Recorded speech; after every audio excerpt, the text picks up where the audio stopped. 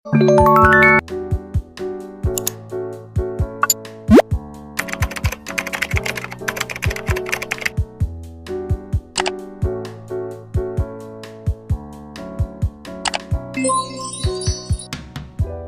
Topante, NIM 2322144152. Bu Yastin, NIM 2322144169. Rahel Kiel, NIM 2322144174. Indah Damayanti, NIM 2322144186. Karisa Arne, NIM 2322144188. Marsyanda Evangelia, NIM 2322144191.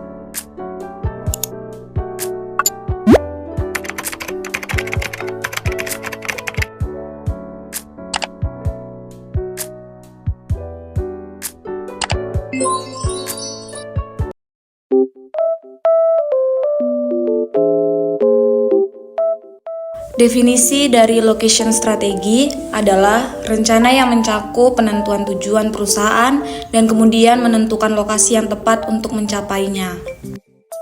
Yang kedua adalah tujuan dari location strategi. Yang pertama, mengoptimalkan operasi dengan memastikan lokasi yang dipilih mendukung target pasar dan supply chain. Yang kedua, memaksimalkan keuntungan dengan menurunkan biaya produksi dan meningkatkan pendapatan.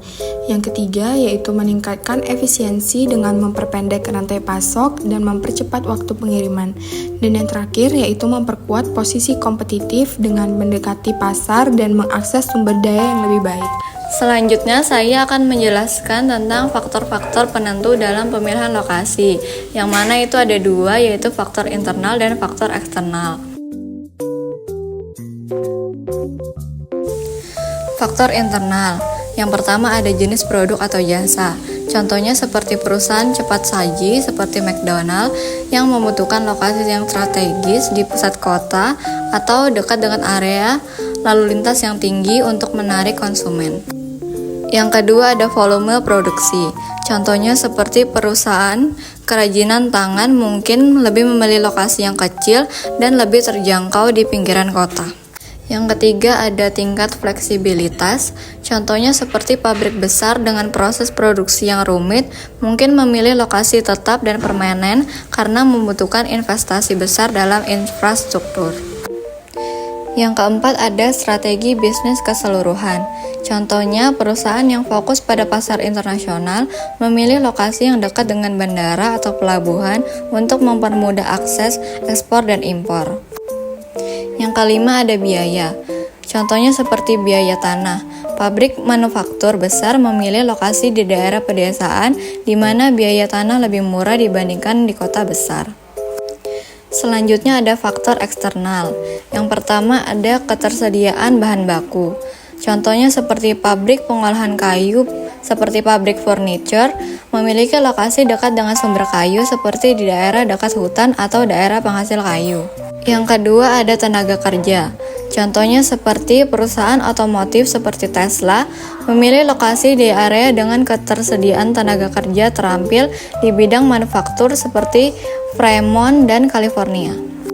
Yang ketiga ada transportasi. Contohnya seperti Amazon memilih lokasi gudang yang dekat dengan jalur distribusi utama dan bandara untuk mempercepat pengiriman produk ke pelanggan.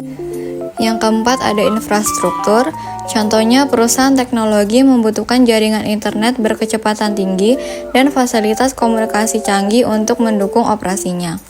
Yang kelima ada peraturan pemerintah. Contohnya seperti pabrik-pabrik yang menghasilkan emisi tinggi seperti pabrik baja memilih lokasi di negara atau wilayah dengan regulasi lingkungan yang lebih longgar. Yang keenam ada pasar. Contohnya seperti perusahaan retail seperti Zara memilih lokasi di kota-kota besar yang memiliki basis konsumen yang besar seperti New York dan London. Yang ketujuh ada persaingan. Contohnya seperti restoran cepat saji, KFC, memilih lokasi yang strategis dan berdekatan dengan pesaing seperti McDonald untuk menarik konsumen dari basis yang sama. Yang kedelapan ada lingkungan. Contohnya seperti pabrik petrokimia, biasanya memilih lokasi yang jauh dari lokasi pemukiman karena dampak negatif terhadap lingkungan dan kesehatan masyarakat. Yang kesembilan ada sosial dan politik. Contohnya perusahaan multinasional seperti Nestle memilih lokasi di negara yang stabil secara politik dan ekonomi, seperti Swiss untuk mengurangi resiko bisnis. Selanjutnya yaitu mengenai proses penentuan lokasi. Jadi dalam proses penentuan lokasi itu terdapat 3 jenis proses yang dilakukan. Proses yang pertama yaitu identifikasi kriteria. Dalam identifikasi kriteria ini ditentukan kriteria yang penting untuk lokasi. Kemudian proses yang kedua itu adalah evaluasi alternatif lokasi, di mana pada proses ini menggunakan metode evaluasi seperti faktor rating dan juga analisis biaya manfaat. Kemudian proses yang ketiga yaitu analisis dan seleksi, di mana pada proses ini dilakukan memilih lokasi yang paling sesuai dengan kriteria. Metode analisis lokasi. Yang pertama, faktor rating method, yang dimana scoring dan pembobotan faktor-faktor lokasi. Yang kedua, cost volume profit analysis. Itu adalah evaluasi titik impas untuk berbagai lokasi. Yang ketiga, center of gravity method. Itu adalah menentukan lokasi yang optimal berdasarkan distribusi pelanggan.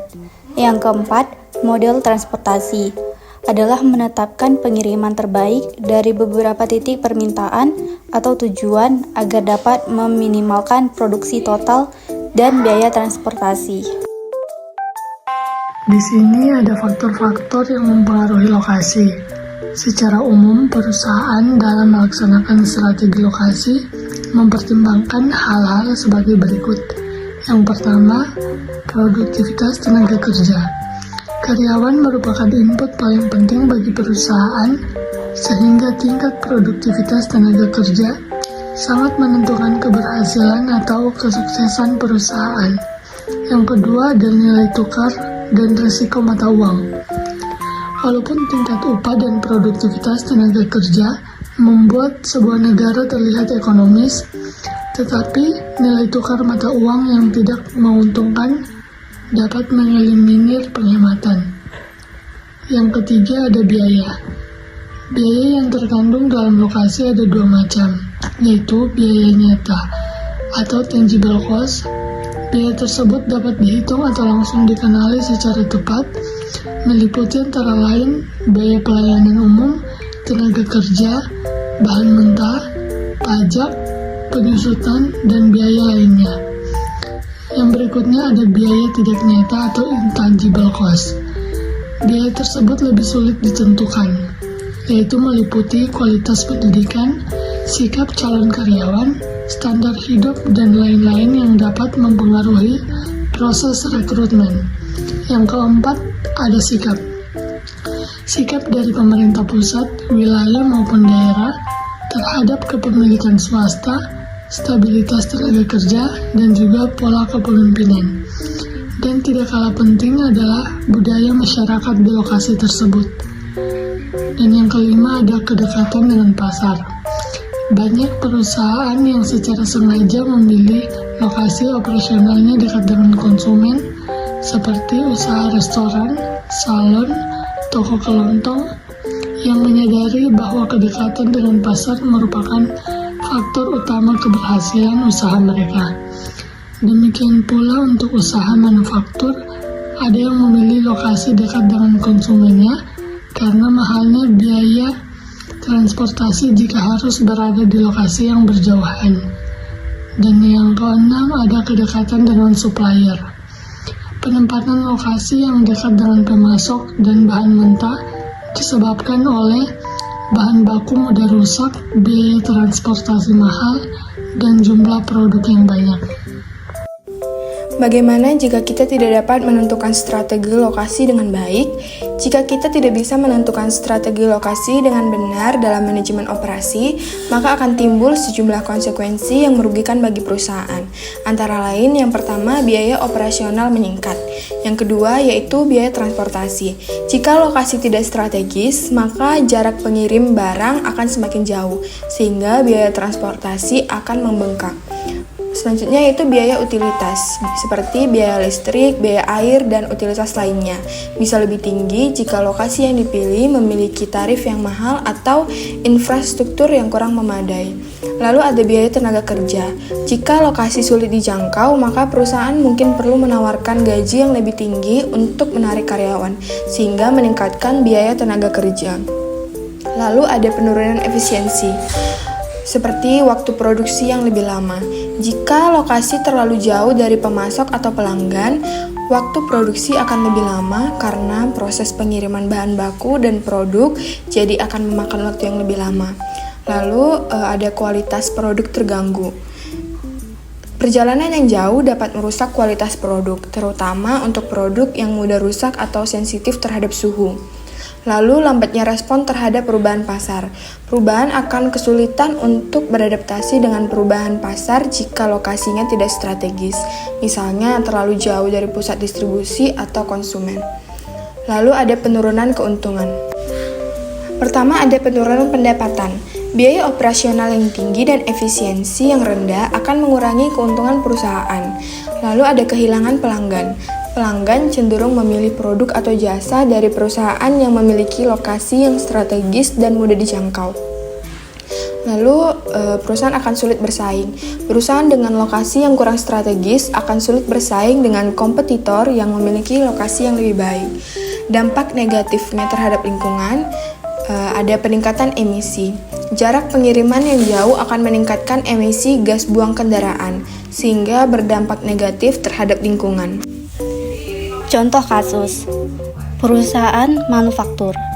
Jika perusahaan manufaktur memilih lokasi yang jauh dari sumber daya alam atau pelabuhan, maka biaya transportasi bahan baku akan sangat tinggi dan dapat mengurangi keuntungan perusahaan.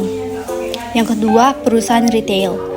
Jika perusahaan retail memilih lokasi yang jauh dari pusat keramaian atau akses transportasi umum, maka akan sulit menarik pelanggan dan meningkatkan penjualan.